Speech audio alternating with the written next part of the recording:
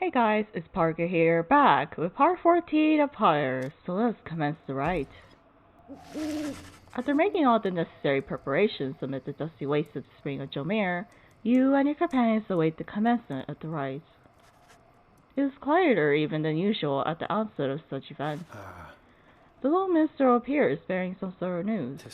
I have checked, and it appears as though the tempers have not yet arrived, leader sir. There is no sign of Ignarius or anyone. Their signal's not set either. If what he says is true, and your adversaries are not present, then you presume the rite cannot commence. However, the stars themselves soon indicate you are mistaken.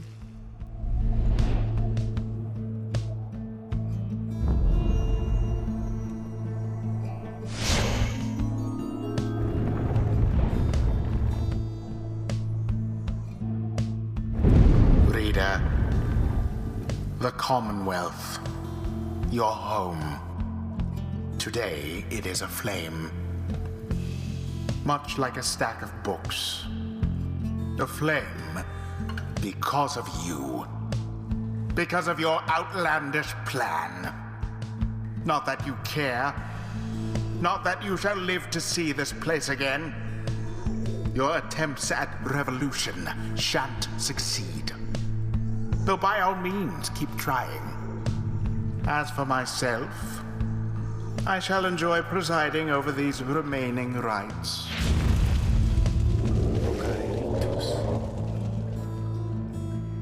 The rite is said to commit your adversaries they have failed to show. We take this for an act of acceptance rather than cowardice. It would seem the rite has nothing left to offer them. Indeed, as the rites are drawing to a close, some of the charmers whom you have met, perhaps they're beginning to decide the stars are not worth heeding any longer. Ignarius, you wonder whether he'll give up on the rites like that. He did seem rather disaffected. Having failed in the liberation rite before, perhaps he did finally decide to quit for good. In any case, we have begun the ceremony here, and so I ask that we end it. Who shall besmirch the Nightwing's name?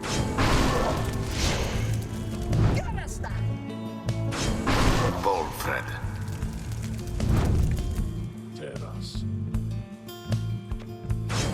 Bertrude. The choice is cast. We take no pleasure snuffing out a flame disowned. Yeah, I don't really feel that good about doing this either. Lo, even your adversaries have abandoned you, and it is done. The Nightwings prevail by default.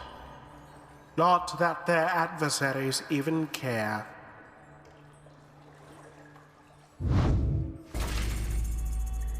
Our contest against all adversaries is not contest at all. Boundless are the teachings of the scribes. I eagerly await our next such outing.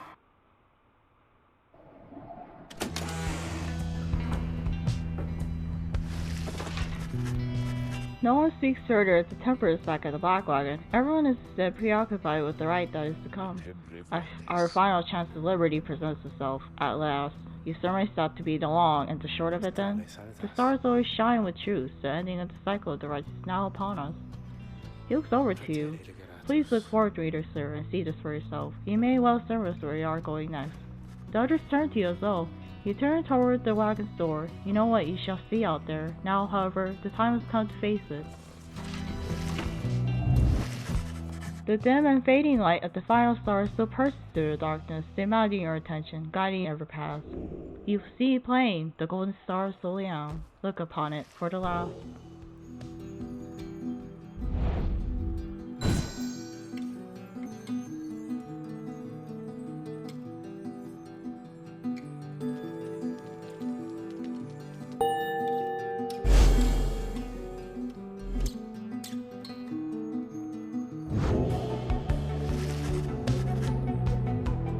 You are summoned to the fall of Soleil for your seventh and final liberation rite. Thus shall the cycle of the rites be ended for an age.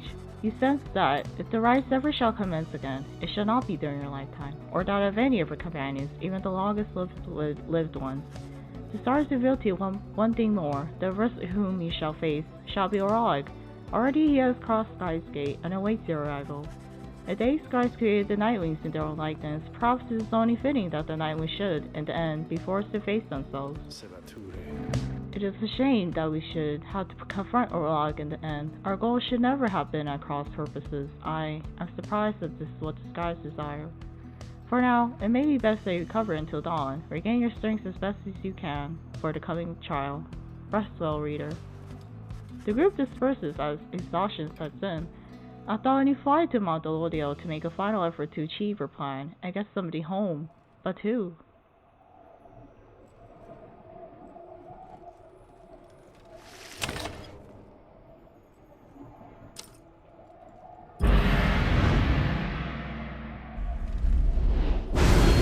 Foolish reader.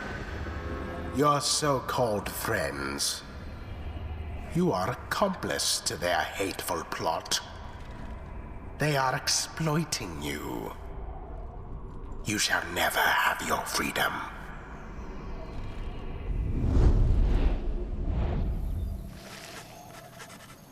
By dawn, you're already up and about. After troubled slumber, the Black Wagon is prepared for its final voyage to the Fall of Soliam. No one speaks.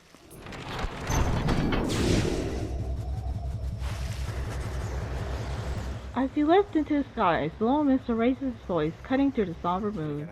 Reader, a certain olden ballad comes to mind just now. I think it may befit the circumstance. Perhaps it may help to pass the time along our flight. Would you mind very much if I were to play the song for the Nightwings? By all means. You urge the little mister to play his ballad, so that all among you might hear it. He begins with another word. When the stars align, the rights shall come to bear. Illuminate the signs, the exiles shall be there. All are not the same, but three shall be as one. Freedom in the flame, the end has just begun. Strength may break our own, but twisted make a brave. Together on their own, the journey shall be made. The journey shall be made.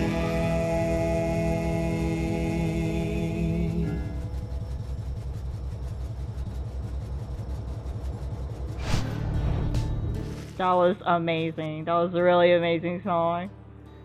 Well, all the songs here were amazing. You touched down amid the sheer cliffs of Mount Elodio to make pilgrimage to the summit for one last time. There, one last liberation rite shall soon commence. There, one last exile shall regain his or her freedom. All others shall remain to carry out their sentences here in the downside for the remainder of their lives. And, in the Commonwealth, the plan of which you are a part shall either come to fruition or shall be suppressed.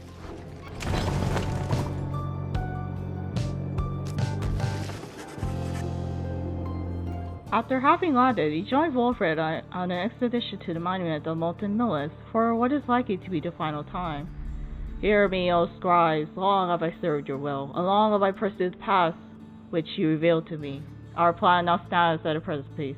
If we prevail this night, then we may yet achieve its goals. We will reform the Commonwealth under the auspices which you yourselves described within your book, as we shall stand together. So I ask that you please stand with us. By your divine grace, we may yet prevail, and please have mercy on Orlog as well. Soon he is finished. You return to Wagon Science, feeling as though Molten Millis has shown you favor. At dawn, you should begin your last ascent, for now your vacation is now outside with little time you have to spare. Accept the blessing.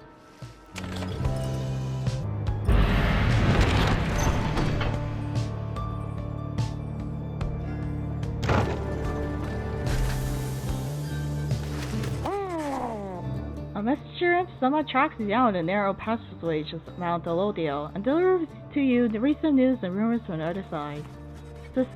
Specifically, the imp shares details regarding Pamita, and what became of her since she was liberated at the fall of Soliam.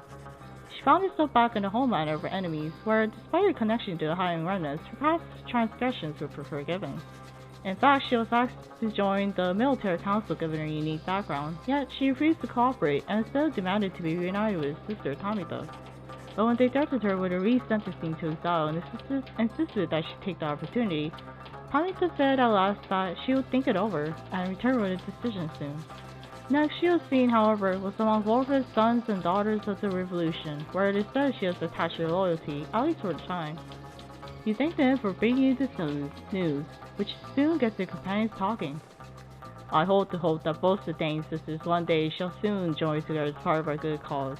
The two of them can help lead us toward a brighter future. We suspect that ancient enmity between the winged and the fightless shall not be soon resolved, if ever at all. Never once before has this night felt even a thing for our most bitter enemies. And yet, having known Pamita proved eye-opening indeed for this night. In spite of some mixed feelings, the news of Pamita's liberation fills you and your fellow exiles with resolve. Wish Pamita luck.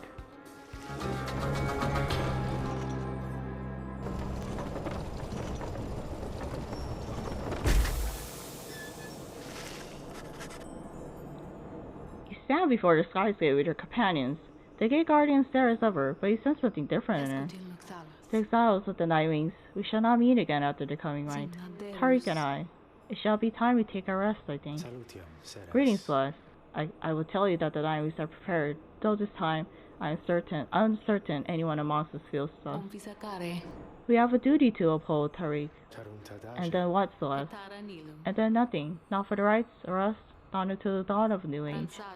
Now, Nightwing, step forward. Please say your names and what is it you seek whilst crossing Sky's Gate. One by one, your fellow exiles approach her, now with sureness in their step. It's the Sir Gilman of the Sea Dominion, not just service. This night's never-ending quest for honor shan't end there. Yet first, he has a noble duty to uphold. My name is Wolfred Sandalwood. I long instead to see an age of freedom as one's birthright, and no longer are good people such as these forced to contend for it. We are called the Big Virtue. We seek to fulfill the plan of Sandalwood, for we are fond of him and his beliefs, and then to go about our business. Finally, you step forth once more, you, a common wanderer vowed to help his friends be free again, and who managed to come this far with this group. The gate guardian observes you for a moment, then motions past the archway towards the summit. Day strives to the Nightwing's welcome. Go forth with glory. Except for you, Tariq, you stay right here. I thought you said, the arts are not yet ended, Tariq. He looks to her, then over to the rest of you. Pardon me, everyone. I shall be there when the stars align. The gate guardian and the lone minister remain together as the rest of you depart.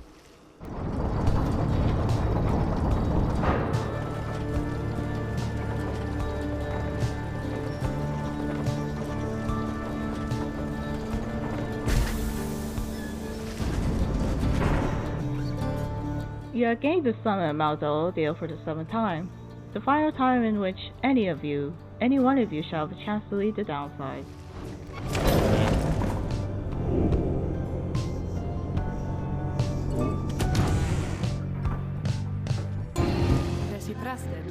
Thank you for visiting on such short notice, reader. I understand you have important matters to attend to. So, let me be blunt. Please, listen for a moment then. I know this whole affair is coming to an end, all of it. I sense the binds that warrant the rights becoming weak. Which means soon, you will not need me anymore. Not that you have needed me at any point, but still, my services will not be of any further use. I would love to tell you that this means I shall be free from my internal prison. For some might be others, it shall be a release. My accomplices are bound by weaker words than those which have bound me. They shall fade away, I think, and finally rest. I, however, shall remain. She hesitates for a moment. Thus, I have a proposition for you. I do not know where you shall go from here, but I ask you to take me there, wherever it shall be. By that I mean, take this stone prison of mine, and keep it. Do not just leave it, as all your predecessors have, each trying to stay among the Nightwings to reach an end. Soon, the Beyonder Crystal shall serve no use at all, except to keep me trapped. I am content to remain thus, for I have little choice, but I would prefer to do so in your company. For I do enjoy your company, reader. This may not be much of a compliment, but I assure you that I much prefer your company company to an eternity of solitude. I have no wish to see you gain in years, and to eventually decay, whilst I remain unchanging. But I should rather have more years with having contact. Even if those years are too brief, they shall afford me many more in which I might think back upon our times. Nor do I expect you to accommodate my needs, for I am well aware I have my limits in accommodating yours. That is to say, I wish you to go forth after this night and live your life however you see fit. For your own sake, may all this righteousness enrich your coming days somehow. And, in considering that life after this night, if you think that there may be a place for it for me, however small then, once again I simply ask that you take me along. That way, should you ever wish to visit me again sometime, you could. I would like to have that as an option more than not. My request to you is a selfish one, for there is little I can offer in exchange, other than what little my companionship is worth. Perhaps I could lull you to sleep once in a while. Who knows, you could always try to sell the Beyond Crystal for a reasonable sum somewhere, or something to that end. There must be someone out there with an interest in this thing. So then, you have heard my style little proposition. What do you say? Agree and do it! You grasp the Beyond the Crystal and set it into the folds of her clothing. Sound just sensitive, and it makes a sound. I'm so surprised. Thank you, reader. She is lost for a moment then. Let us go then, from this place. Go, and face your last remaining adversaries. May you crush them under heel, and achieve the outcome which you seek. I believe we shall prevail. She disappears to the stone for now. You took the Beyond the Crystal with you. Keep it with you.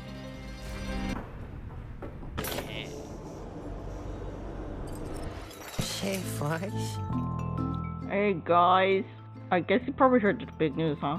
Yeah, I'm going out of business here, I guess. Just hasn't been the same, with the stars still fading out and stuff. Anyway, just want to say you guys are great. I'm sure I'm gonna miss having you guys customers and all that. But I got some good news though. All my stuff is all on sale now. I'll throw a little extra there just for you, okay? So, enjoy. Maybe I'll be seeing you guys around, okay? Henceforth, all of Sock and Ron's goods are 5% off. Great. It's just 5% off. You guys have a good day out there.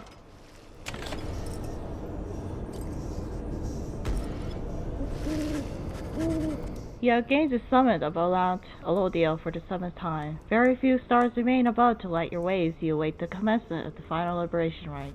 Though Mr. finds you clutching the book of rites, seeking there, perhaps some bit of wisdom that has eluded you thus far. Reader, you may not have a chance to speak again after this. I may have to go. I wish to say that I am grateful for having made your acquaintance, and I shall remember you fondness. I wish you well, this night and always. Go forth to glory. Then he looks up and he extends his hand in friendship. You cast it. You see, Virtue has joined you. All of your companions are there with her, in fact. Reading 1. Though art both wiser and less irritating than most elders of thy kind, we have learned something for thee, and we are grateful. It is strange for me to say, given the circumstance of our meeting, reader, but it has truly been a pleasure. Onward now, let us achieve our plan. Master Reader, it has been this night's greatest honor to have served with you. Let this be our most glorious stand yet. You look upon your fellow exiles, your companions, with whom you have withstood the downside, and with whom you shall now conduct this final rite. Begging your pardon, but my time has come. We shall see each other soon. He departs. After this night, the outcome of Over's plan, the plan of which you all have been a part, shall be decided, one way or another. For now, all you can do is start to prevail against the final adversaries, so that one last companion may you rise to join your fellow exiles as the last remaining stars ignite. The final liberation rite of this age shall now commence. We shall reunite someday.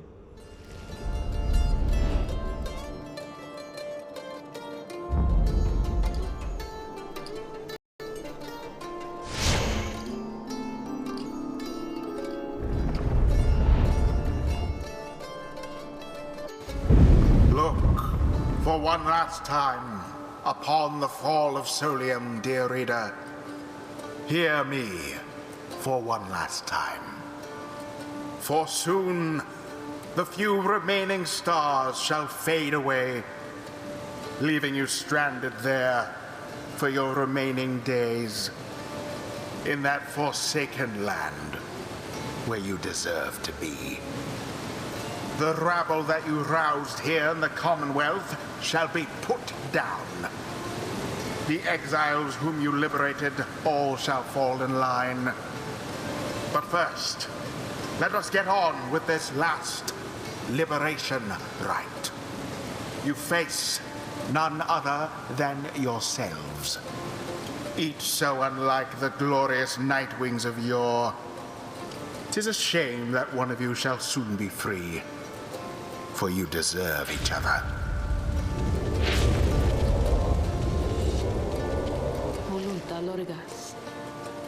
The pyres burn, and each of the charms is present and prepared. But before the long missile concur as per their custom, not another word. The demon Oralic slowly raises clawed fingers to his mask. The false Nightwings have arrived at last. Long have I awaited this. My freedom once was stolen from me, then I was cheated of it. Here upon this mountain top, you may now attempt to take it from me once more. He stands there for a moment, silent then. Oralic dons his mask and stands prepared. These downright seas forever for the misery which they cause.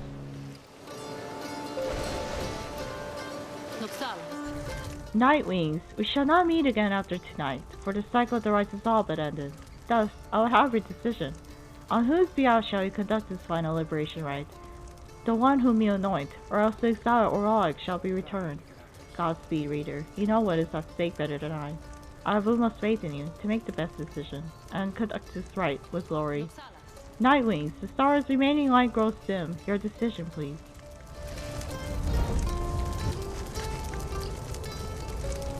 It is time now to choose who, if anyone among you, shall go free this one last time. The rest of you shall remain in the downside to the end of your days. One by one, you meet the gazes of each of your fellow exiles. Sir Gilman, Wilfred, Gertrude, your fellow exiles, your companions, your friends. Together you have come this far, but now the downside of the rice conspire to tear your group apart and disrupt your plan. Are you prepared to choose, just one last time? Yes, for there is no turning back. With but a glance, you reassure your fellow exiles that you know what to do. One final opportunity for salvation. Too bad for the rest of you. Sir Gilman.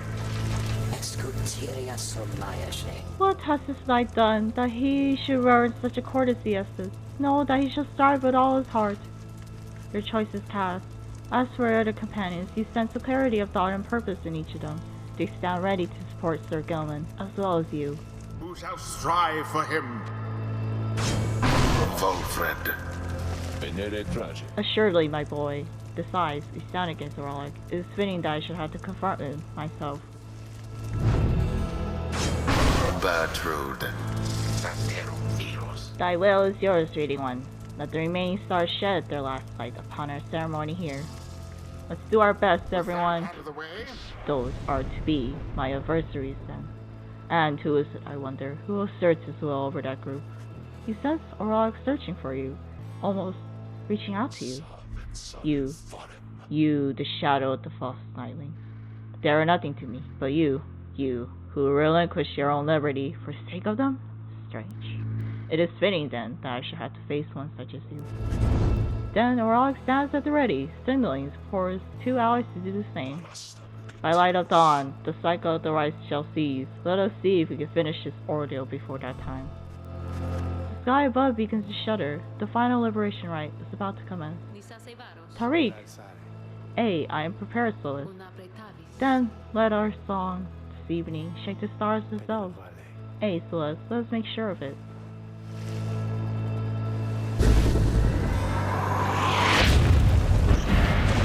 Begin. The final chance at liberation for the age.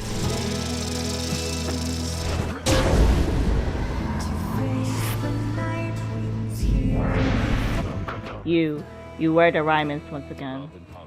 I could not simply stand by and do nothing, Oralic. Yes, that is what you did. When last we stood together on this blasted mountain, I fell. You simply stood. Oralic, what shall it take for you to be convinced I took no part in your betrayal?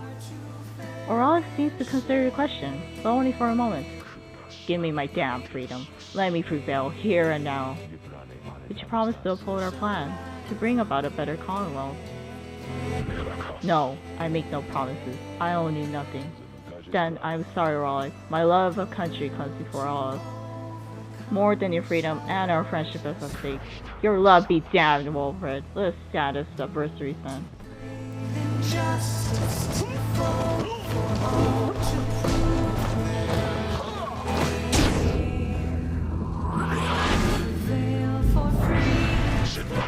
The sky rains ash. Soon shall your partisan mingle with them. Just as the skies above began to rain down fire, the final throes of the cycle of the rites, and the ending of the age.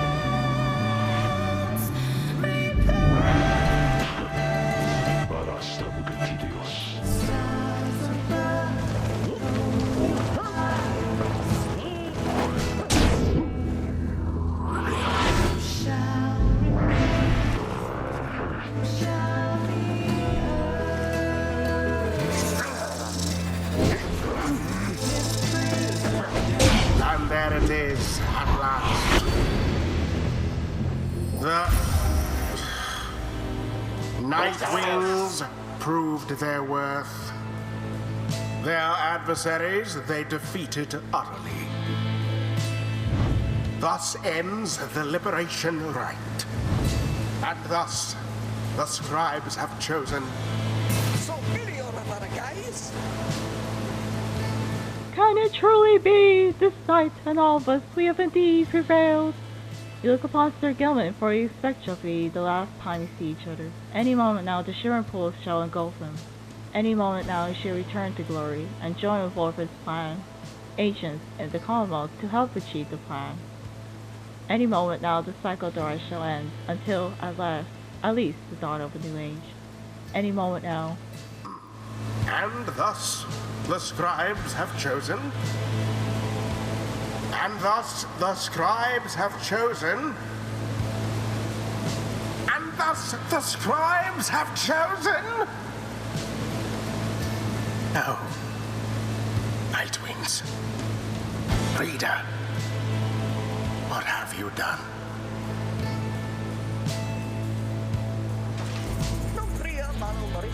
This night is beginning to feel extraordinary and easy about things here.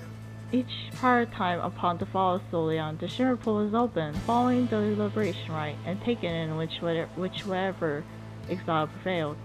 But now all is still, and the light of the stars above has all but died. He senses a growing fear that it's already too late, that the shimmer pool shall not reveal itself again. Oralic approaches, head bowed. Days scribes say the greatest treachery for last. Then something catches his notice. Wait. A sudden rush of starlight cascades through the stillness of the summit. The shimmer pool has appeared again, different somehow, but open. Sir Gillen looks upon it, but it does not engulf him, or at least not yet. It seems I was mistaken then. Dave scribes. This is not the greatest treachery, it is the greatest jest. The shimmering pool is flung wide open. It seems that all are worthy now of freedom. Aurorax starts toward the shimmering pool, but halt, Aurorax. Aurorax glances at the lone minstrel, almost in surprise. The shimmering pool has lost most of its strength. You step inside, and she'll surely drown. Of that I can assure you. He laughs to himself at this. Then, we have all been cheating. No, the shimmering pool is revealed, and one of you may still return as planned. But, as for who returns, someone shall have to choose. Ere the last light of the stars is extinguished, and the light ceases to be, this is the final trial of the scribes. The final trial of the scribes. Then, our confrontation, the liberation rites, it all was meaningless? No, the victor of the confrontation is to be the one to make the choice among those close to the scribes, either the anointed, or he who anointed them. So then, this night, he can return, though perhaps the master reader can return instead? It shall be either you, the reader, or... It shall be either or. Sir Gilman, please make your decision quickly, lest it shall be forfeit. I do not know for how long, much longer, the light of the stars shall offer you this gift. Goodness, Sir, why? The choice which you present unto this knight is very simple then. Master Reader! This knight hereby declares you shall be free! Sir Gilman wishes to give up his freedom so that you may gain yours. Very well. Gilman! Reader, sir, the choice which Sir Gilman made, or rather the choice which he gave, is now yours to make instead. This choice, it may keep bouncing back and forth like this? Absurd. It may, until such time as one of you is willing to accept the burden and the outcome of the choice. That is the trial, and I fear that there is little time remaining now. Reader, if you and your companion are too cordially sure to accept the freedom, either one of you, then I shall gladly take it. Freedom ought be more than some flirtatious trifle to exchange. Reader, what is your will? Who shall finally go free? Aw, man, I gotta choose.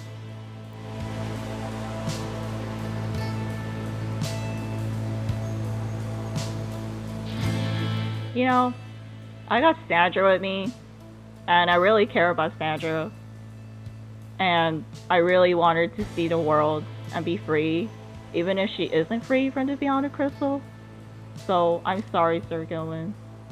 I'm sorry, Aurorax, but I'm gonna choose myself. Not because of myself, but for the revolution of the Commonwealth and for Sandra. Your mind is made up. You have chosen to be free yourself. I see. Understand then. It is done. And Gilman, chose us, so... I feel so sad, but... Yeah, that is my decision. Sir Gilman looks to you just one last time, his heart filled with unspoken understanding.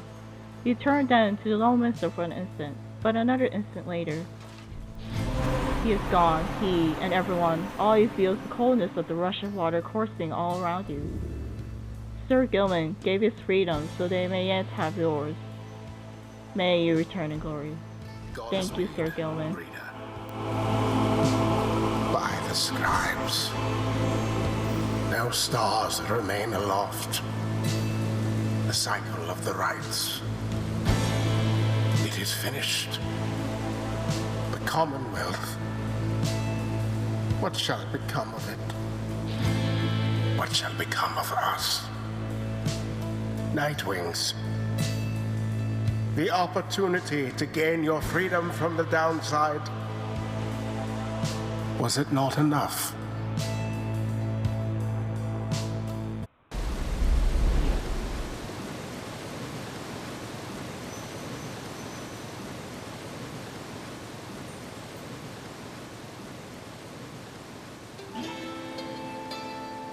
That night, an exiled reader returned to the Commonwealth. He was to be the last. The stars had faded and the cycle of the rites has run its course. He found the Commonwealth in great upheaval. Spurred by the efforts of 6 liberated exiles, Wolfert sounded a revolutionary plan and had incited the masses. These exiles in the starry sky portended the return of the scribes. The people surged to the streets, shoulder to shoulder. Led by the 6 exiles, their voices shook the heavens. The leadership of the Commonwealth panicked. No blood was shed that night, and by dawn it was over. The leaders of the Commonwealth had cast themselves back into exile, or joined this new cause. Then in its 838th year, the Commonwealth had fallen. the new Sarian Union declared sovereignty in the next year. Among the chances as the elected leaders ushered in, they vowed never to cast the people into exile, and they abolished the old Commonwealth degree forbidding literacy. Today, we still remember all of this. And we remember the exiles as downside, whose deed led to the dawning of our age, whether they returned or not.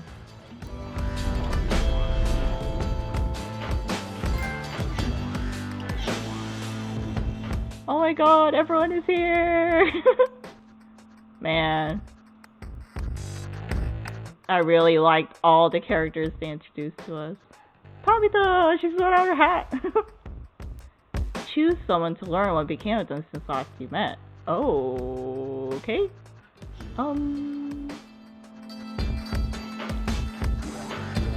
Let's choose Hedwin.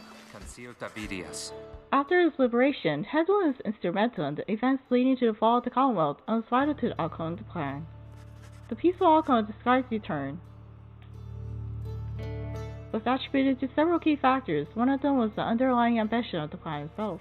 Another was Hedwin's visibility among the people in the streets. Identified to be a liberated exile, he was believed to be Gold Galadanian reborn. More importantly, however, was that one of the winged harps of the hiring remnants accompanied him.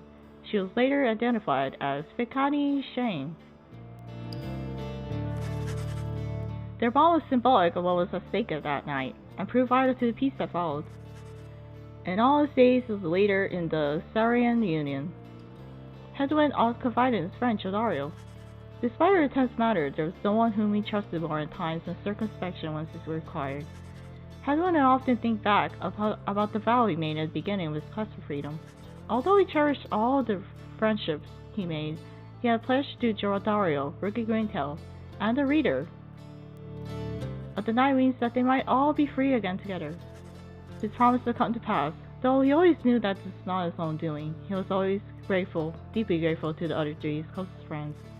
While the others who stood with the Nightwings were not all able to remain in contact with us, Hedwin thought of each of them often, and so in turn did they all think of him.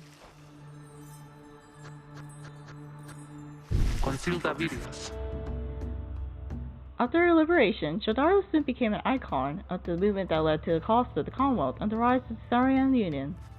Her horns and stern countenance inspired the people to believe that she was still Emperor reborn. She became a great, if reluctant leader.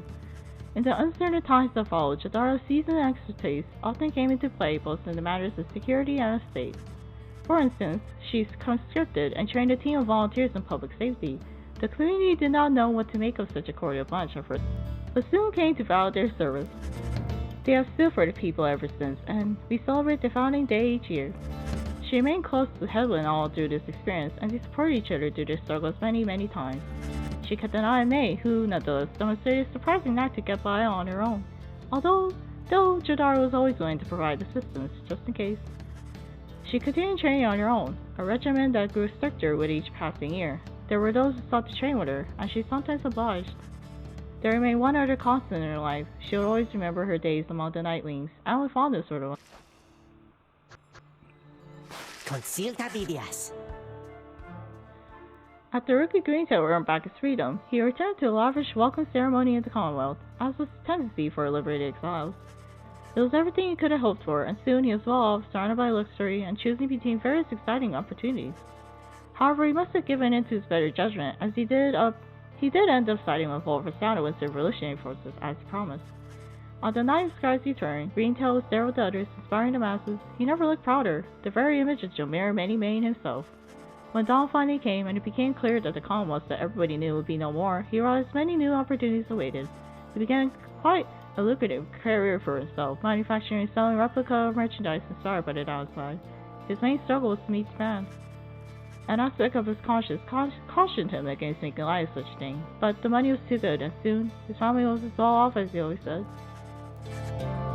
One of his orders of business was to seek out one of his old companions, Pamita Dane, to whom he took a liking during the quest for freedom. They bonded further over love of drink, and supported one another through uncertain times that lay in store. Greentail always did his best to keep in touch with all of his many friends, and knew they owed his fortunes to him. He made a special point of staying close to the group of friends he came to know so well during his time with the Nightwings, wherever they were. They shared a special understanding to put even Greentail at a loss for words sometimes. Concealed Avidias? The Commonwealth had never provided a sense of home for the one they called May the Moontouch, so she was surprised on her return that she was so well treated. She felt uneasy about it, and besides, she knew that she would do her best to fulfill the pledge she had made to her friends.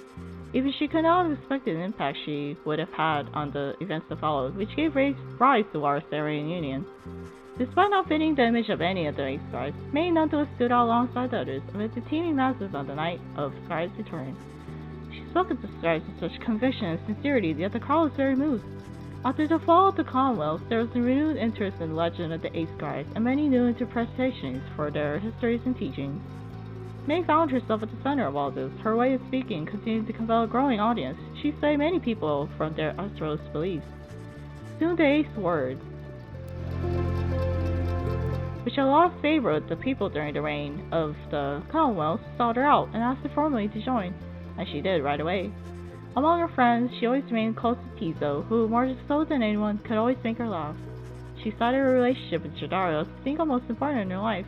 Jodario would always provide for her a circumspect perspective and the wisdom of experience. Whenever she felt genuine doubt, which was not very often, she sought out the reader of the Nightwings. If there was anyone whom she trusted as much as Skies, it was him. May always was devoted to her fate, but more so to her friends. Many people in the Syrian Union decided that her gentle manner and unwavering conviction helped them brave to change times with courage and with grace.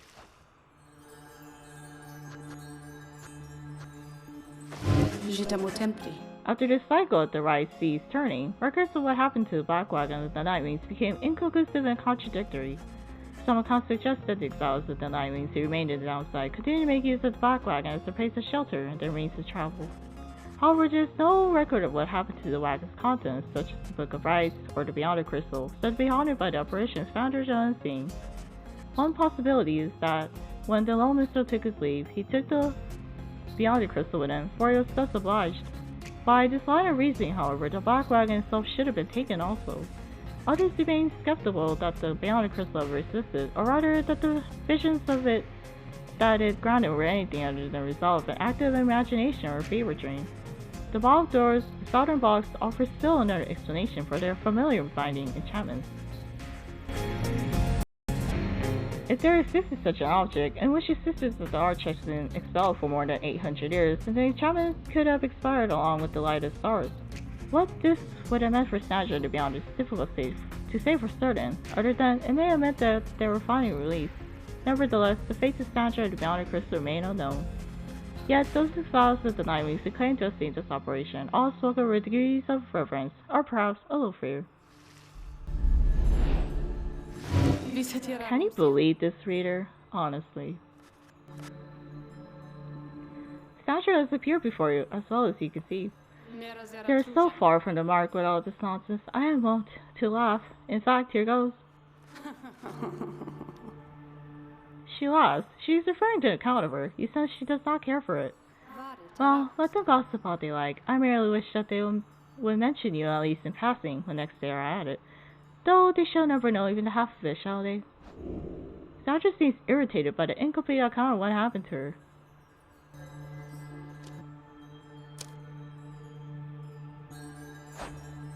You indicate to Sandra that the real truth of what happened between you would perhaps make too auspicious a tale to be told in such a format. She makes a bemused sound at this.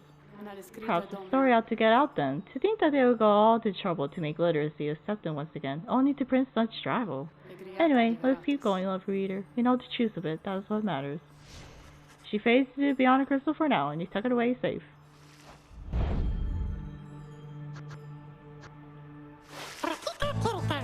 The imp called Tizo was the first of his kind to achieve liberty through the rites. While he was not the only imp trained in the way of the skies, imps are native to the downside and thus carried out for traveling abroad, distinct and useful to triumvirates.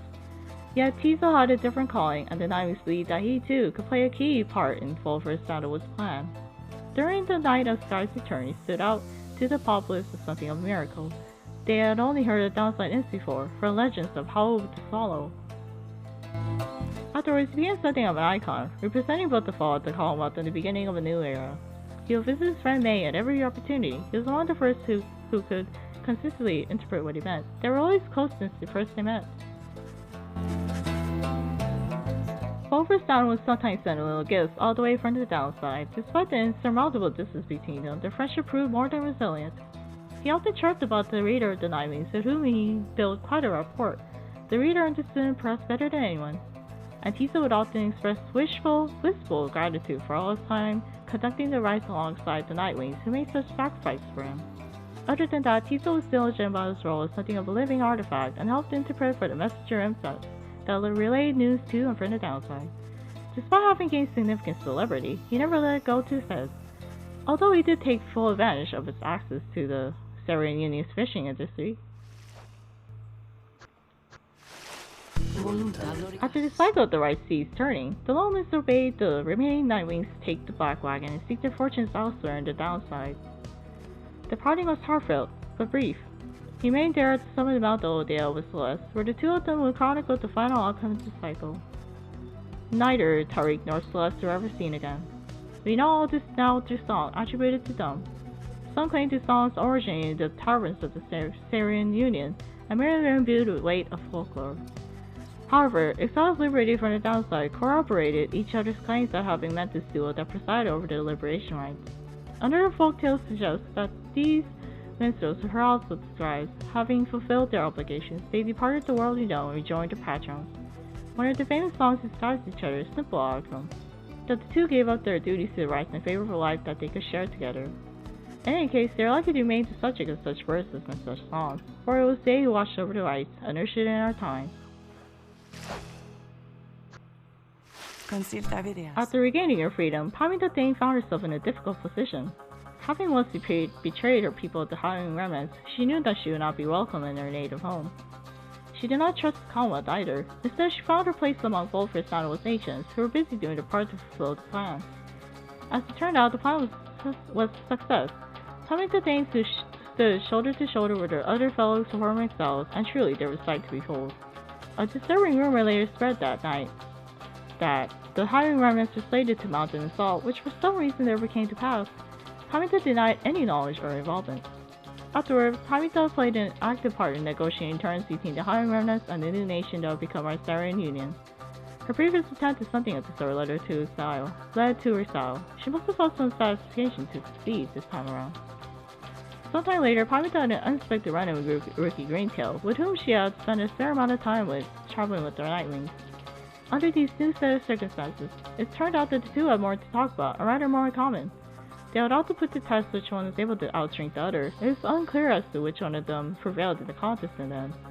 One day, Pamita received an invitation to return to the Howling Remnants, where she was to be fully pardoned. She held out hope that she might see her blood sister Tamita there, knowing full well that Tamita did not regain her freedom. Tamita did later learn that Pamita was welcomed back by her people. However, she never responded to her blood sister's attempts to contact her. Pamita in turn did not expect forgiveness from her at any point. Nonetheless, she kept on trying to reach out, she said, to ruffle up her feathers just a bit. Later, when asked, Pamita Thane admitted that she felt as though she had no home to call her own. This was during an interview conducted amid an extensive trip abroad, for she had traveled thousands of leagues beyond the bounds of the Sarian Union. Pamita continued the journey thus, citing that reminded her of when she was younger and could fly unfettered.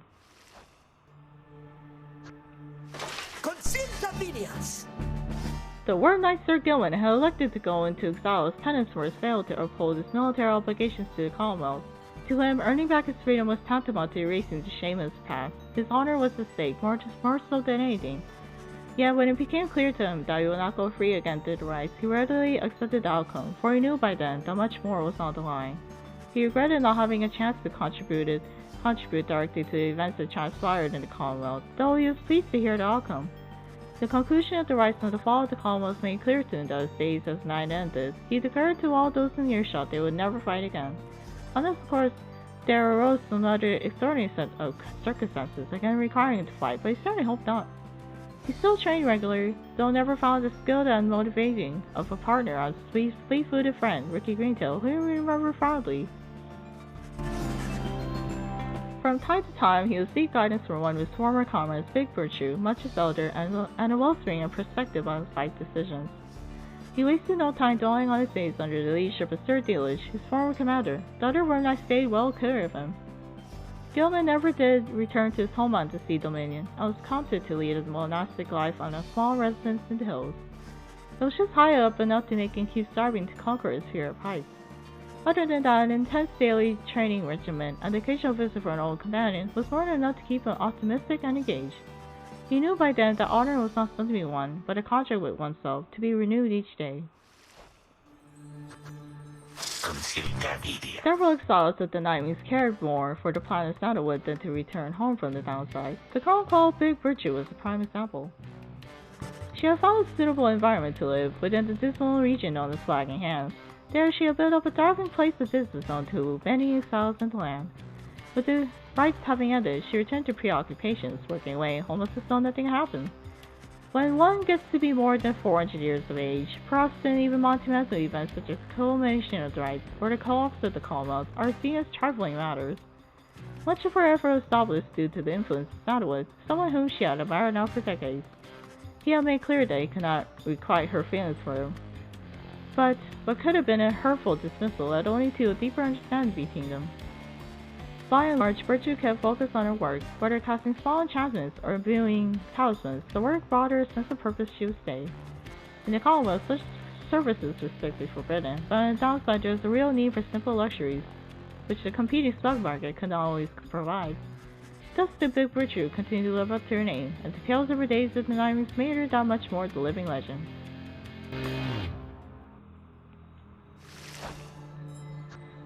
Okay, I'll just read Volvers and just be silently reading the others. With the cycle of the right ceased turning, Volvers Sandalwood turned toward the star sky and closed his eyes and prayed. It was all that he could do at this stage of his plan. He aspired to assemble a liberated exiles representing each of the 8 largest ethnic groups composing the population of the Commonwealth. They would stand together as a vision of the exiles' return, inspiring the masses to embrace an older set of values for before the Commonwealth had tightened its grip. With the rights ending sooner than expected, this ideal scenario became impossible. Sandalwood's own freedom, for instance, was now forfeit. Yet, the plan did have contingencies. Fortunately, most of these contingencies did not prove necessary.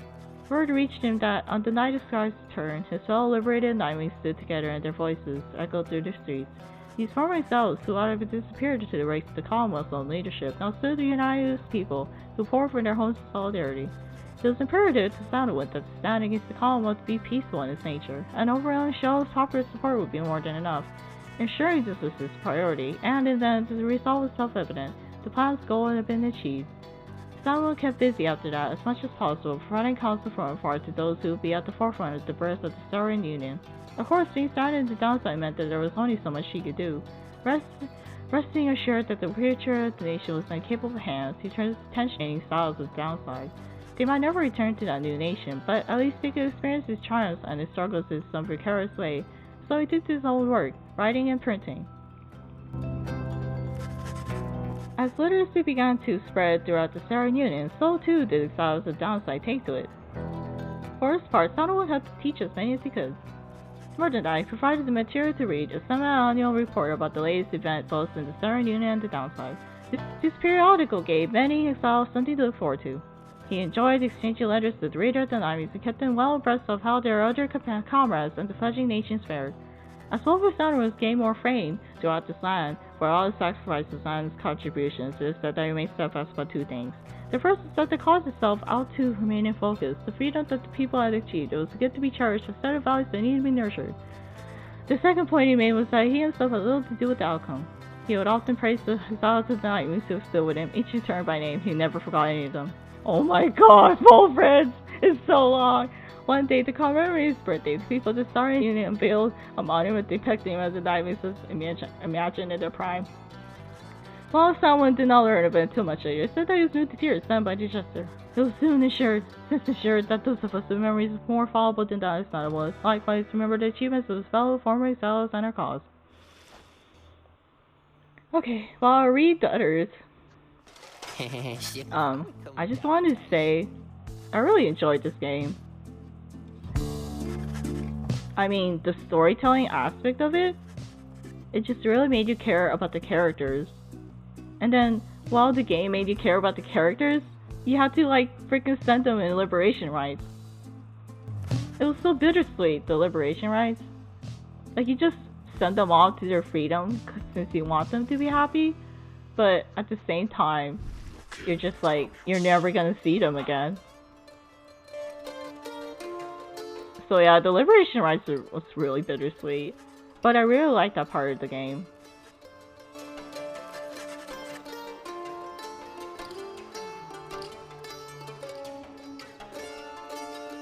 And the music in this game, like, it just correlated so well with the game that it just made you care about the characters more. And the story was just really fantastic. The world building was really fantastic. And the way that you journey across the downside, build the world building really well. And just, yeah, this game is just really amazing. So yeah, I'll be quiet now.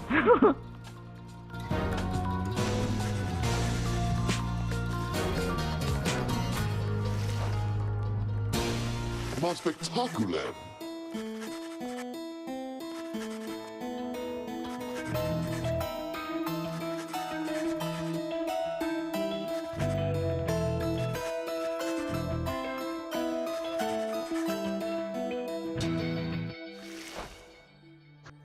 Szrasny raz.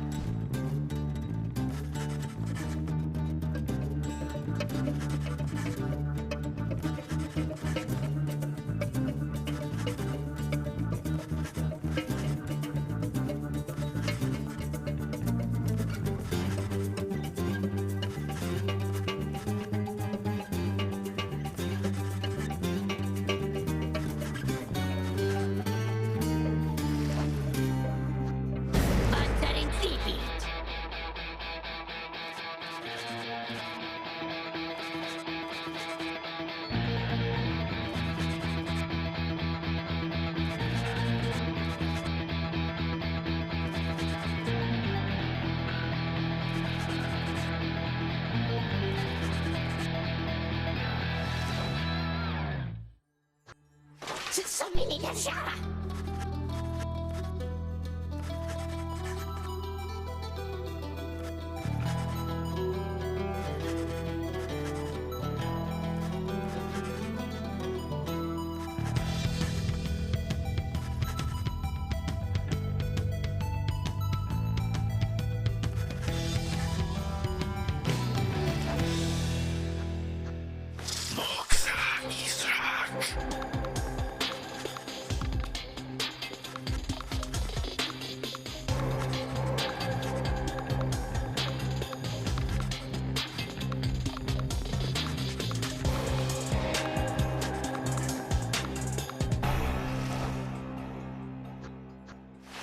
Resta są wyli. Siadamy frunka.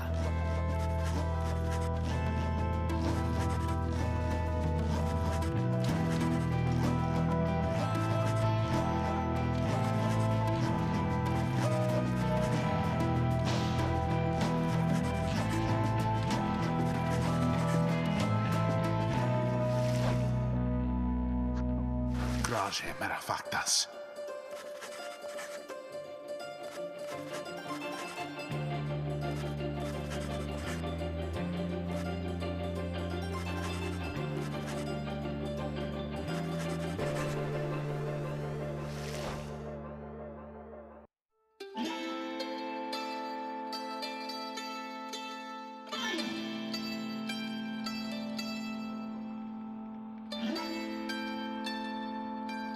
Little is known of him.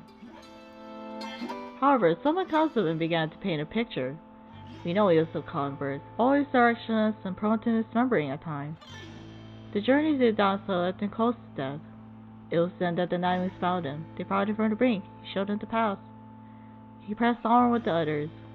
He had made a vow to help his friends be free.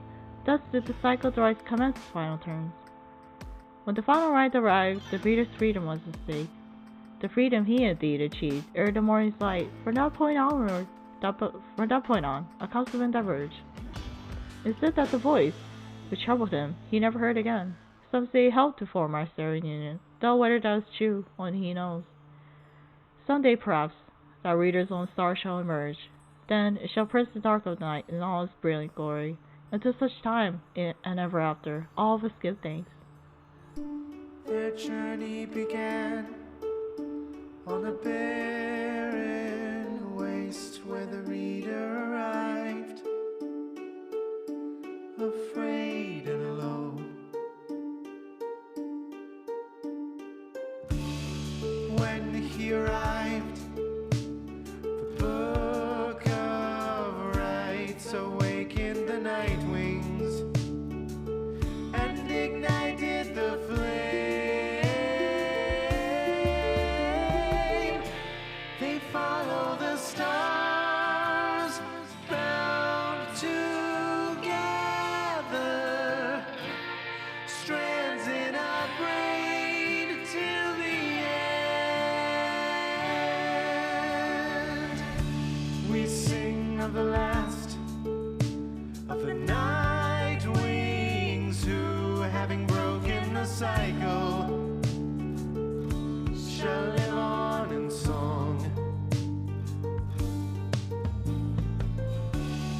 Headwind prevailed and strode the path that his heart laid before him. He has found his way home. Captain Joe Dariel, mother to many a foundling, she has found her way home. Rookie Greentail has proved his worth and returned to his family by the grace of the scribes. They follow the stars, bound together, strands in a braid till the end. The moon-touched girl hears the scribes in the world all around her. They have guided her home. Tizo prevailed, first of his lowly kind, to ascend from the downside. He has found a new home. Sir Gilman the Bold, duty bound to honor the night wings, he remained till the end.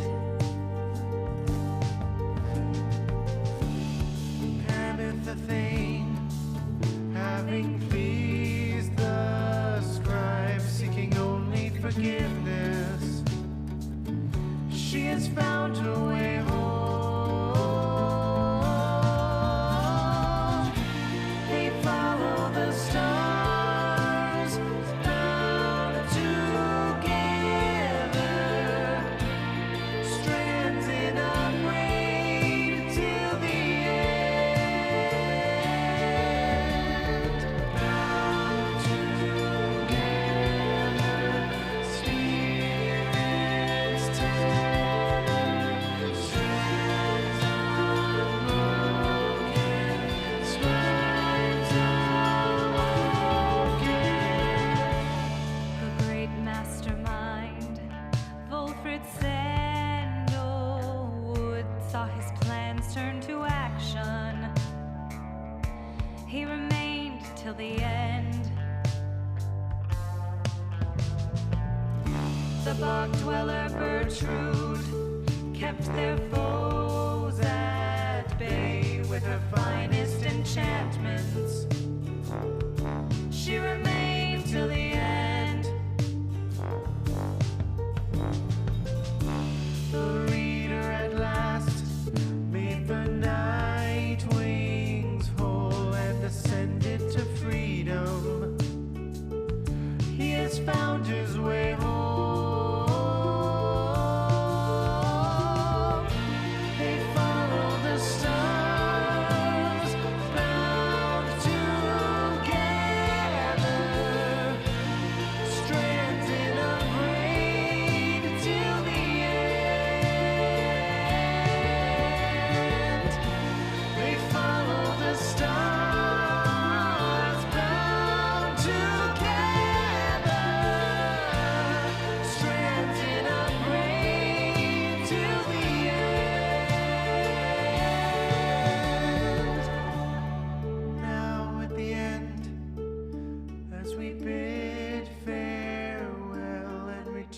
to the stars, find our way home.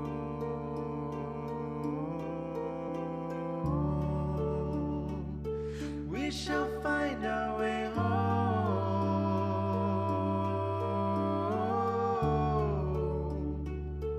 We shall find our way home.